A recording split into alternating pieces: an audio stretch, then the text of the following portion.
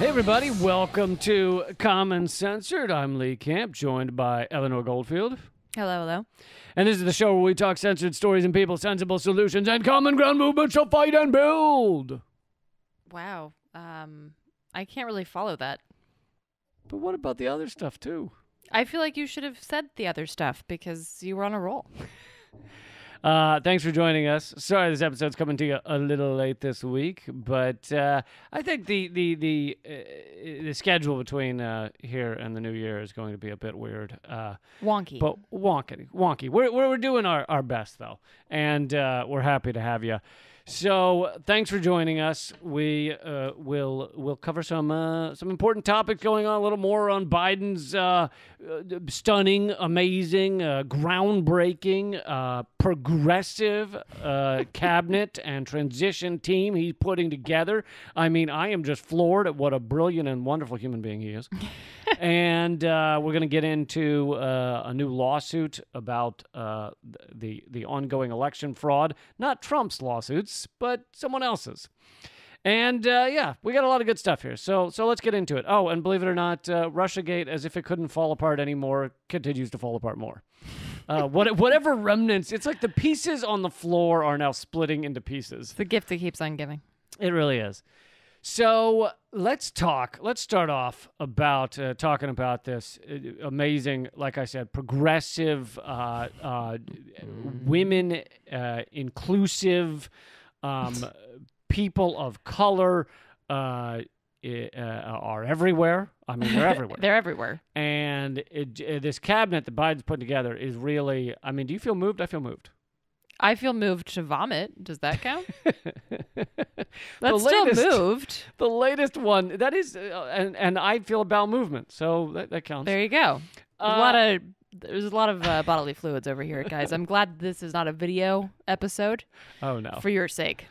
That would be terrible. But the latest one to be added on as Biden's pick doesn't mean she'll necessarily get the position, but Biden's pick for the office of management of the budget, which obviously incredibly important, makes a lot of decisions, is Neera Tanden. Neera Tanden, ding, ding, ding, ding, come on down. And for those who don't know the name Neera Tanden, she is kind of incredible because she's this totally awful, sociopathic monster human being who claims to be a Democrat and is on Twitter all of the times. And she spends her days, amazingly, just tweeting trash at real progressives. Just going after anything that could be mildly considered actually progressive. Well, that's what politicians do now, isn't it? They spend their time on Twitter trashing people who ask legitimate questions. It's true. That is the main job of most politicians in America. But she apparently has tweeted more than Trump has over the past few years. Wow. So she is just spewing out garbage at various progressives. But some of her highlights is she... do you remember in 2016 when Bernie's big win was to get some people on the platform committee? So he had he got Cornel West on the DNC platform committee. I do recall Cornel West being part of that, and that was it's one of my favorite videos still to this day. Oh yeah, so sitting there trying to explain simple moral concepts of human rights to people that are but I don't understand. That's not what we stand for as Democrats. I don't understand. Does not compute. So she was on that, and she gives a long justification for why we can't have Medicare for all. She famously said that before we went into Libya that we should bomb Libya because we have a deficit and they have oil. I mean, true. She said that in order to deal with our deficit and the budget deficit, we need to have entitlements on the table because we need that's going to be, in order to balance our budget, we're just going to have to make some cuts to those entitlements. Could you explain what entitlements are for anybody who's not clear? So entitlements is a euphemism Actually, it's not a euphemism. It's actually designed by a Republican. The word entitlement designed by a Republican think tank to make you think that it sounds like something like you're a charity cause, and you've been given something because you from the benevolent masters. Yeah, the benevolent master. You couldn't really measure up. You weren't really fit for America, and so you're just acting entitled to this stuff like food. And so entitlements it started as a Republican term, but obviously the Democrats, because they are right wing, picked it up, and they now use it like it's normal. And it's all of those things: Social Security, Medicare, Medicaid, food stamps. Really, these things should be called stuff we fucking deserve, because most Americans work their asses off and are wage slaves. But let's be clear, are exploited, even if you don't. And even if you don't work your ass off, you just deserve to have basic human rights. And that's the thing. It's like, yes, actually, like, if you were to, dissect this, we are all entitled to basic human rights, but they don't mean it that way. They mean it in a derogatory way, like, you're so entitled. It's like you want food and housing and water. and water. Water. And that's actually, you didn't even mean to, but that's actually what Narratan sounds like. But that's how they mean it. They mean it in a derogatory way. And I wanted to highlight that when you said it, because I think it's important that people, like, that we think about the language that's used, because you can quickly fall into these traps. And I know that I oftentimes will go off on tangents about language because I'm a word nerd. But the way that we talk about things is important, it's incredibly important. Like right now, or in a few days, the Venezuela will have another election where they will elect a president, not a dictator. Dictators are not elected typically. Right. So, but this is how Yet CNN calls him a dictator. Right. But we talk about Macron, for instance, who, has been a complete fucking disaster. You only have to look at the videos of what's been happening in the streets of Paris to know that a lot of French folks would consider him far more dictatorial than someone like Maduro, and yet he's still called president. So the way that we use language is really important, and media literacy is another thing that we've oftentimes talked about. But like the calling it entitlements in that sort of snide, like, oh, these, like, you feel so entitled, is a way to program people into thinking that they don't deserve it, and that that you should feel ashamed if you're asking for health care, or if you're asking for, your basic needs to be met, because you can't get the money through your jobs, or you can't get a job because people aren't fucking hiring because our economy's in the fucking shitter. But instead of shaming the powers that be, this language is meant to make you feel ashamed for not being able to fucking survive in this catastrophe that is late stage capitalism in the United States empire. So yes, and the fact that they put someone as head of office, budget, whatever the fuck, who believes this crap is like, it's the epitome of doing the opposite of what progressives want. It is a signal to progressives: we don't fucking care. We defeated you by rigging our own primary against Bernie Sanders, and therefore nothing you want matters, and we're actually going to put in the right-wing, actually Republican trolls who claim to be Democrats into these positions that spend their days going after progressives. I mean, she's also incredibly pro-Israel, like the most ardent defender of Israel. Everything they do is lovely, and you can't. If you speak out about it, you're anti-Semitic. Which I mean, I was been meaning to talk to you about, because I heard you say that Israel's done something wrong, I think, in the past, and that's anti-Semitic. I know I hate Jews. You do hate the Jews. I don't. For the people who listen to this that aren't aware, I'm Jewish. So is Lee. And I don't hate Jews. Jewish by birth and atheist. Well, no, there was no rabbi there when I was choice. Born. I'm atheist by choice. Thank God. Don't thank God. But there was no rabbi present at my birth, thankfully. No, but both Lou and Lou. Lou. I don't know if you folks know. I've changed my name to Lou. Both Lee Lee and I, by the way, I haven't started drinking yet. I am stone cold sober. In lieu of having Lee here, we've got Lou. Oh, thank you. That was a good one. Lee and I are both culturally Jewish. And this is another tangent. I'm sorry. It's going to be a very tangential episode today. But this is actually something that I was talking to my dad about recently. And it's something that I read in a book called The Ballad of the Anarchist Bandits. Highly recommend it. It's a brilliant book about turn of the century anarchist organizing in France.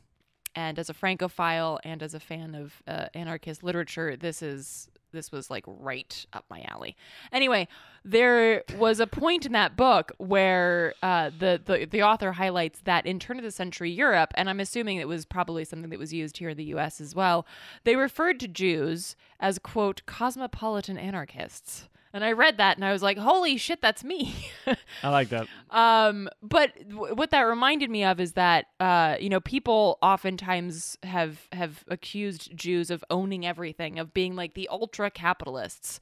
But then they're also, the cosmopolitan anarchists that, and they're just as dangerous as commies. And it's like, well, pick a lane. You can't have both. We can't be like the evil bankers that run Wall Street while also being anarchists. That doesn't fucking make sense. Right.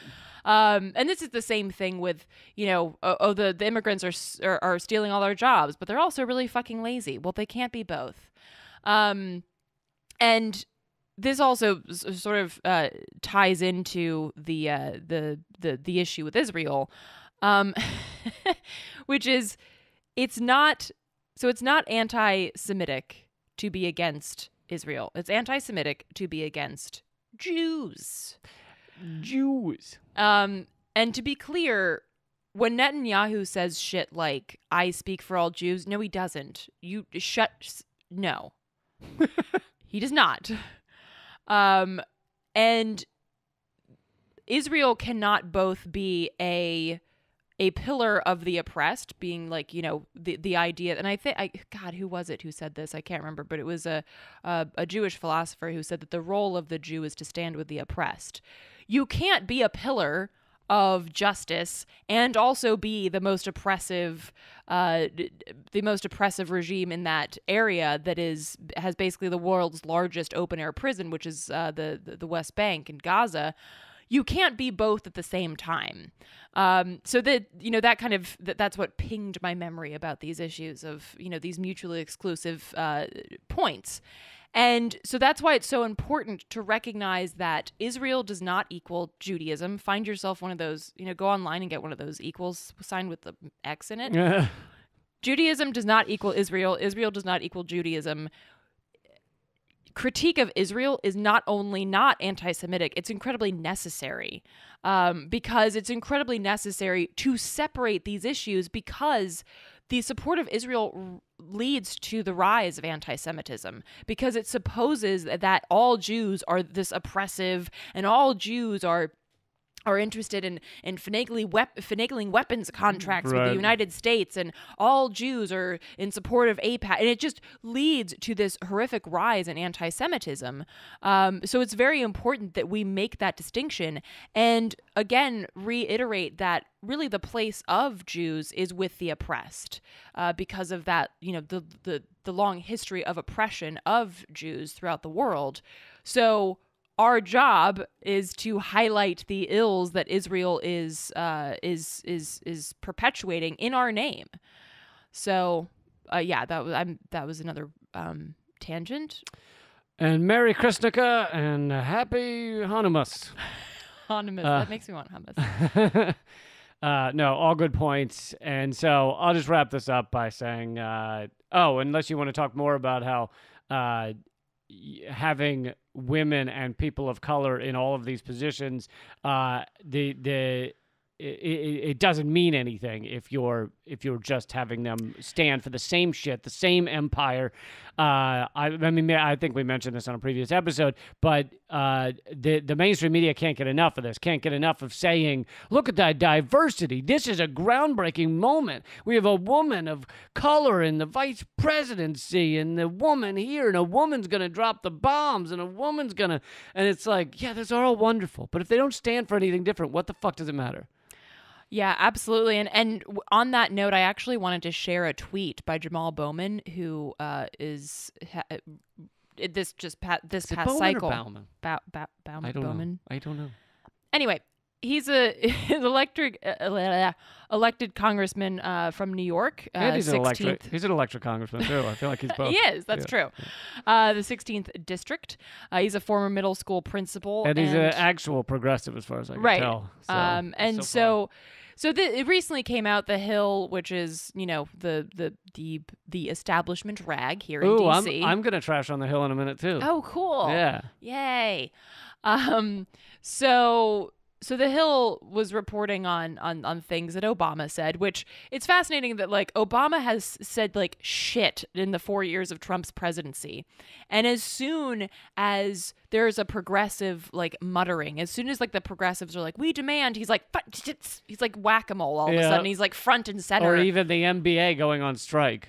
Exactly. You go back to work. Exactly. It's like, well, where were you, laborers, for 4 fucking years when this horrific, fucking circus show of a president was, shitting all over the deep state. Where the fuck were you? He was off writing his memoir justifying everything he's done. Well, right. And so his most recent comment that the Hill Post published was that you lose people with the, quote, snappy slogans like defund the police. Well, this is also the polar opposite of what they said about Occupy. There's no demands. And then you give a demand and they go, the problem is you have a demand. Well, right. And Jamal Bowman, sorry, I don't know. I don't know either. I feel like I've been corrected both ways. So. Okay, well, I'm just going to say Jamal B. Jamal B is black. I should also preface it by saying that. And his tweet was, "Damn, Mr. President, didn't you say, quote, Trayvon could have been my son, quote? In 2014, Black Lives Matter was too much. In 2016, Kaepernick was too much," because if you'll recall, Obama said that Kaepernick taking a knee was embarrassment, or it was mean to the veterans. And Kamala Harris said it was Russia that created the Kaepernick moment. I actually saw a hammer and sickle on Kaepernick's knee when he was kneeling. Yeah, well, he had surgery and they inserted Russian bots. Yeah. Jamal continues, "Today discussing police budgets is too much. The problem is America's comfort with Black Death, not discomfort with slogans." Damn. I know. And I've seen there have been a lot of great responses from a lot of Black Lives Matter organizers, from a lot of Black and brown organizers across the country in response to Obama's bullshittery with regards to defund the police. But the basic point there is, you are, as Cornel West pointed out, the black poster child for Wall Street. You do not represent the interests and the demands, certainly, of black folks in the United States. You are not that representative. And in fact, if you look at, Obama's presidency, black folks did worse under him than they did under Bush, which is embarrassing. And so the other thing Bowman did, he was on CNN last week, and I happened to catch it because I wanted to hear what he would say on CNN because I knew he's a little edgier than CNN generally allows. Mm-hmm. And so I wanted to see what he would say. And so I unmuted it. It was playing in the office, and I unmuted it, and the redacted night offices. And he's asked about Biden's cabinet, and the interviewer does kind of a quasi gotcha question where she's like, so there's a lot of women on this cabinet. There's a lot of people of color. Is this still not progressive enough for you? So it's kind of like setting him up to be like, whoa. Yeah, of course. No, I don't care about women.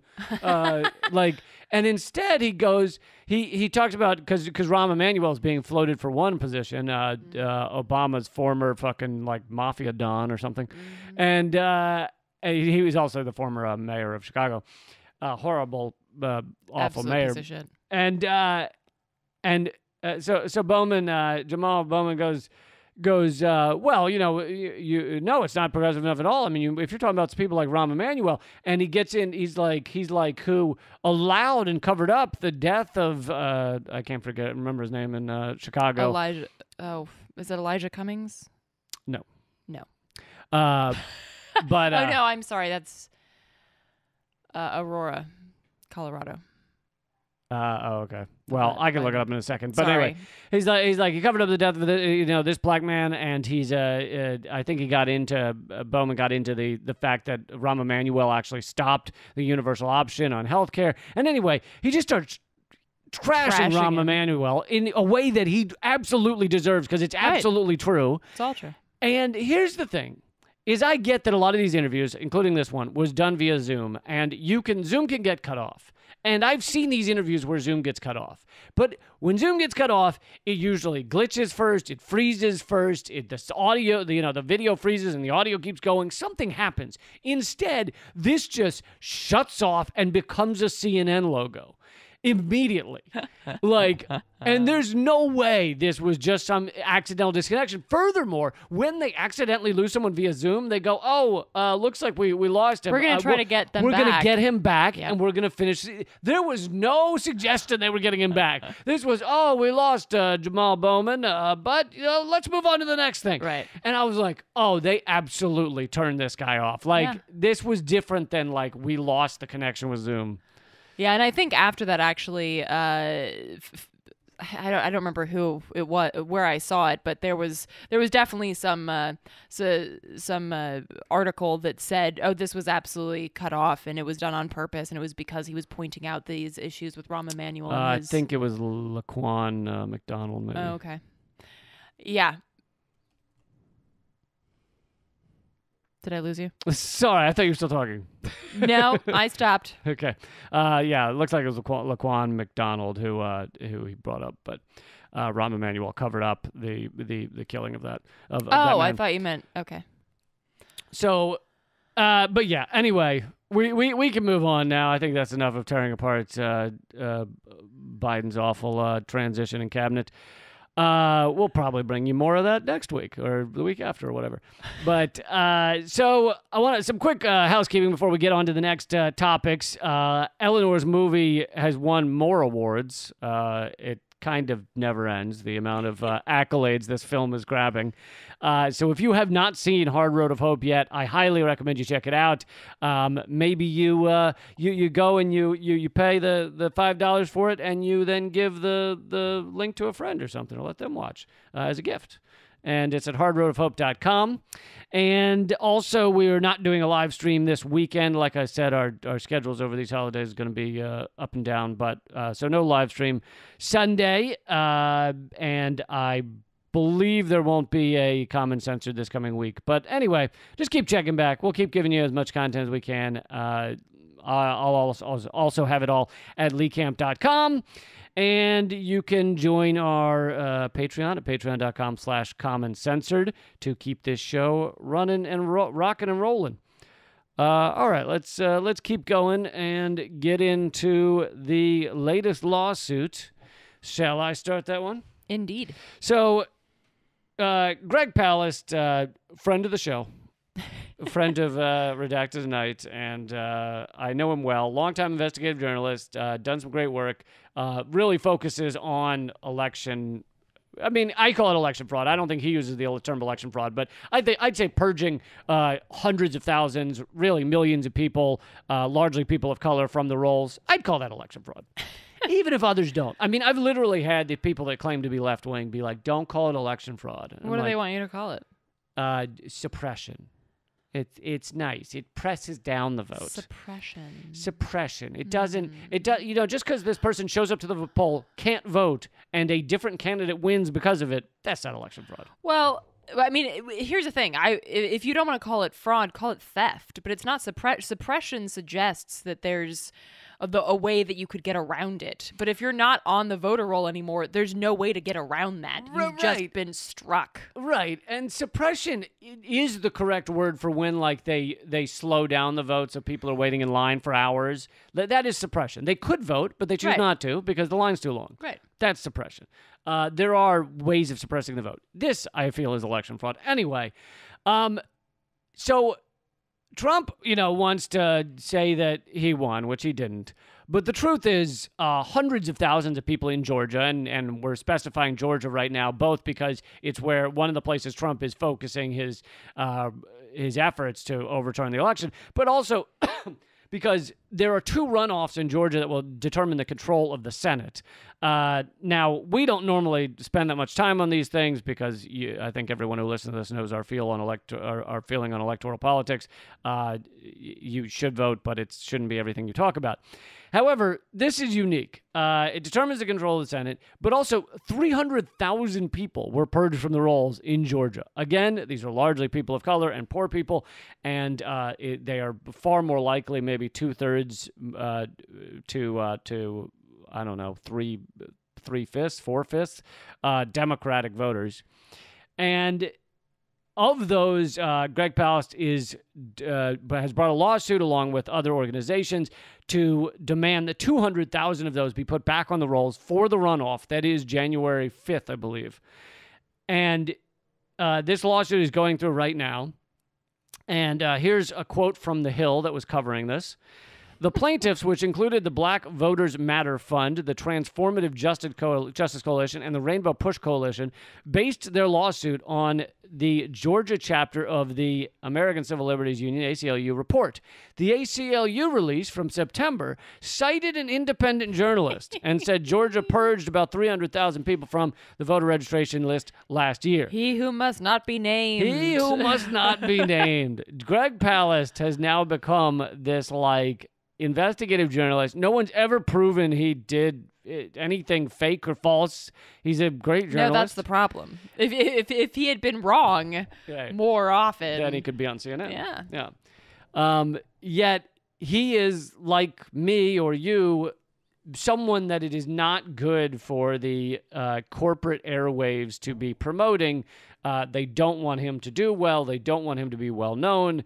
And so they go through this whole article never mentioning that, honestly, none of this would have happened without Greg Palast. I mean, in this case, he is the one who did the research that allows this to be going on. And how do they purge how do they pick which people to purge? Well, a lot of them are purged by doing things like sending a postcard to the address. And because the postcard isn't returned, they say that means they don't live there and therefore they can't vote because their address is incorrect. Well, most of those people still live there. Well, and also, I mean, I know you have a joke about this, which I'm not going to try to do because it wouldn't be funny. But also, I feel like they teach you about this, I don't know, if not in school, then later on you hear about it, urban legends and shit. It's like, oh my God, well, if you get a postcard and then it says return it and then you do, then they're going to kill your babies or something it becomes this thing where it's like, oh my God, if you return it, then they get your DNA and then they create they can create a clone army from the DNA that's left on that postcard. A clone army or a cologne army? I mean, it depends on how much cologne you have on. I think anyone who wears cologne is Have you ever walked through Adams Morgan on a Saturday night? Unfortunately, I have. It smells like a cologne army, and it will does. knock you on your ass. It does. It's actually, to me, that is more violent than actually walking through an actual barracks.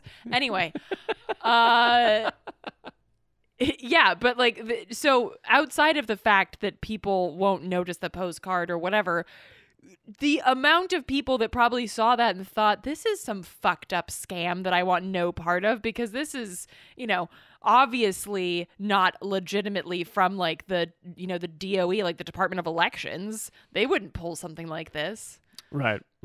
And so anyway, if this lawsuit goes through fast enough, it's possible these people could be returned to the rolls by January 5th. And for those of you out there who are like, well, that shows that maybe Trump did win and these people were purged. Well, the truth is that in the general election, these purgings are done mainly by Republican governments, Republican states.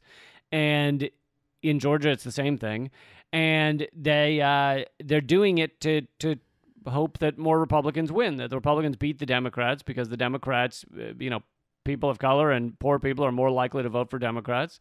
And the fact that Joe Biden won by only 10,000 votes, while 200,000 people are illegitimately purged from these rolls, it goes to show that if these people had been on the rolls, Biden would have won by even more. Mm-hmm. So, yeah, it's understandable why they wanted to purge these people. It is yet more Jim Crow that is still in existence, stopping black people from voting. And anyway, this lawsuit continues. For more on it, look up Greg Palast's Twitter account. He has a video up there featuring Rosario Dawson talking about this. And it's an important issue. Yeah, absolutely. Shall we move to what the somber anniversary is today? Yes, absolutely. Today we're recording this on December 4th, by the way. It is the anniversary of Fred Hampton's assassination. For folks who don't know who Fred Hampton was, he was the leader of the Illinois chapter of the Black Panthers.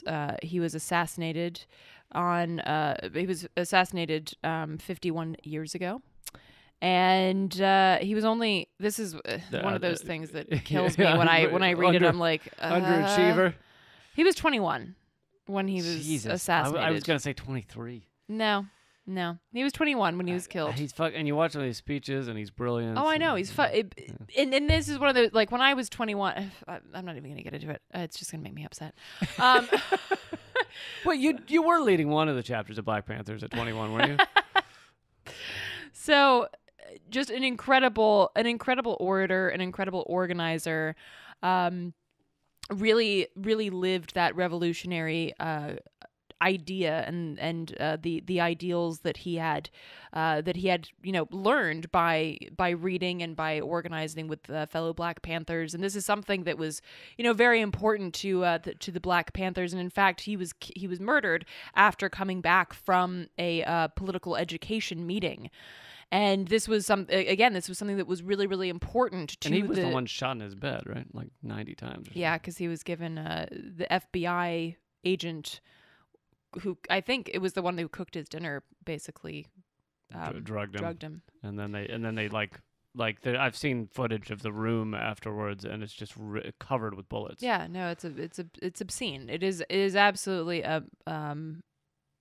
I mean, I'd say it's a massacre, but I don't know if you can have a massacre of one person, but it is horrifying. And it's slaughter, and it is it's not the only one, of course. The Black Panthers were heavily targeted, and several of their members were murdered, assassinated.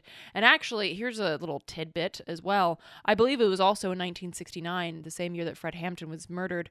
It was the first time that a SWAT team was ever deployed, and that was in Los Angeles, and it was against the Black Panthers. They were deployed to a Black Panther house. So this idea that the original use of SWAT. Yep. So this idea that the SWAT team was created as an anti-terrorist, as their name suggests, an anti-terrorist. Well, they were a terror to white corporate America. The Black Panthers. Black Panthers. Not the SWAT team. Not the SWAT team. So they had to stop the terrorists with the SWAT team. So yeah, and this is a little tidbit that I got from Our Enemies in Blue. It's a great book by Christian Williams about the history of policing, and little nuggets of information like that really speak to the trajectory of policing, born from slave patrols all the way up to today. And if you want to hear some short tidbits from Fred Hampton's speeches, they're online. I tweeted one out today. You should check it out. But in that clip, he's making the brilliant point that you have, the ruling elite. I don't know if he uses. I'm paraphrased. I don't know if he uses that term exactly, but you have the ruling elite as one half of the people. Well, they're not half the people, but of one group, and then you have the oppressed, and the oppressed are much larger, but the oppressed are told to hate each other. You have, as he says, you have black people hating white people. You have white people hating Hispanic people. You have Hispanic people hating indigenous people. And they're all, and he keeps going down the list, and the oppressed spend their time hating each other rather than joining together to fight back against their oppressors. And it's a pretty great speech. And also, kind of circling back here, this was the Chicago police who murdered Fred Hampton. And, circling back to Rahm Emanuel, folks might recall the Chicago black site that was operating, which was operating under Rahm Emanuel. Define what a black site is. So a black site is something that predominantly is used, in foreign wars or domestically by like the FBI and the CIA. It's basically where they disappear people. So it's a place where there's no checking you in at the counter at the police station. Like there's none of that shit. There's maybe like a handful of people that know where you are, and then even people in that same organization don't know where you are. And often if friends or brothers or even lawyers go to the regular precinct and say, we know this guy was arrested, where is he? They'll say, we don't have him. Right. Like they'll act like you don't exist. Exactly. And so the Chicago black site that was operated for years by the Chicago police is where currently, this isn't back in, I'm sure it existed in Fred Hampton's time, but I'm saying this is recent. Yeah. Well, that's my point. Rahm Emanuel was in charge during the running of this black site. And this is where, people were brought and tortured. Like, and I'm not saying this be hyperbolic. This shit is like well documented. If you look up like Chicago black site, Chicago PD or something like that, you will find ample reporting about this issue. And this only came to light, what was it, like last year or something, or maybe 2 years ago?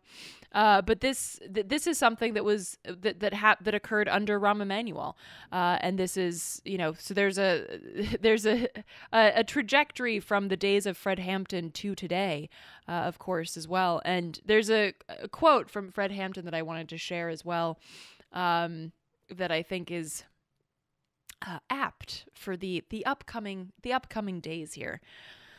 Quote, "We ain't gonna fight no reactionary pigs who run up and down the street being reactionary. We're gonna organize and dedicate ourselves to revolutionary political power and teach ourselves the specific needs of resisting the power structure, arm ourselves, and we're gonna fight reactionary pigs with international proletarian revolution." And I think that is very apt, because if there's one thing that we can see from history if we look at it, which is why learning history is so important, of course, for, that and many reasons. Reactionary organizing or reactionary activism doesn't do shit. This issue of always being back on our heels, of always being in the point where we have to find a response to the horrors that have already been committed, that is not a way to actually affect change, to actually affect progress and get what we need, what we demand. If you look historically, the only times that things have shifted is when people are proactive, when they're not reactionary, but they say, you know what, fuck this. I am going to do this. I'm going to build this in my community. I am going to invest my time and energy in community self-defense. I'm going to invest my time and energy in food sovereignty in my community. These ways to work around the power structure that oppress and make it impossible to survive and, of course, thrive. That is the way forward, not this reactionary bullshit, #resistance, please, may I have some more bullshit. That does not work. It has never worked, and it will never work. So I think that this is something that Fred Hampton did talk about quite a bit, and that is something that we should really be taking with us into January, into the Biden administration, so that we're not appeased by the platitudes that are pushed out of the mouths of his female cabinet or his fucking rainbow cabinet or whatever the fuck. His Benetton. Yeah, this Benetton ad cabinet. Do not be swayed by those platitudes, and do not be swayed by the reactionary elements that arise against his decisions. Be proactive instead.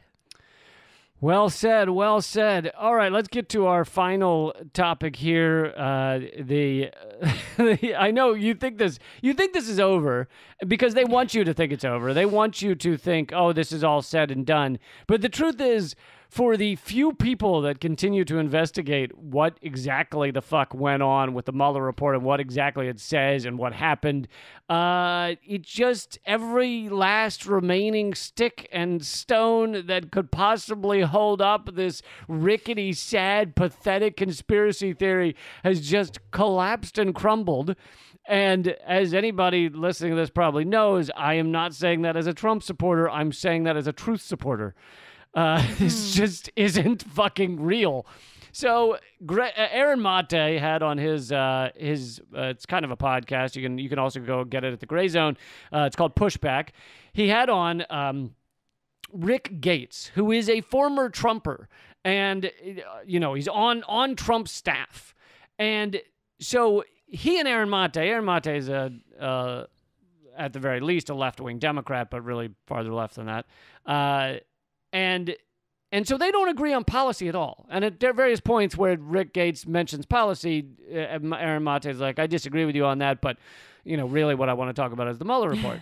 And yet they agree on how pathetic this thing was and how awful it was. And what makes this particular moment interesting, and Aaron Mate plays some of these clips, the mainstream media, CNN, MSNBC, when Rick Gates agreed to cooperate with the Mueller report, with the Mueller investigation, they fucking jizzed themselves. They ran around going, Trump's former Trump staffer Rick Gates is working with the Mueller investigation. This could be it. This is it. We have got it. He's a Trump guy coordinating, working with the Mueller investigation. We've got Trump. This is, oh my God, it's fucking going down, man.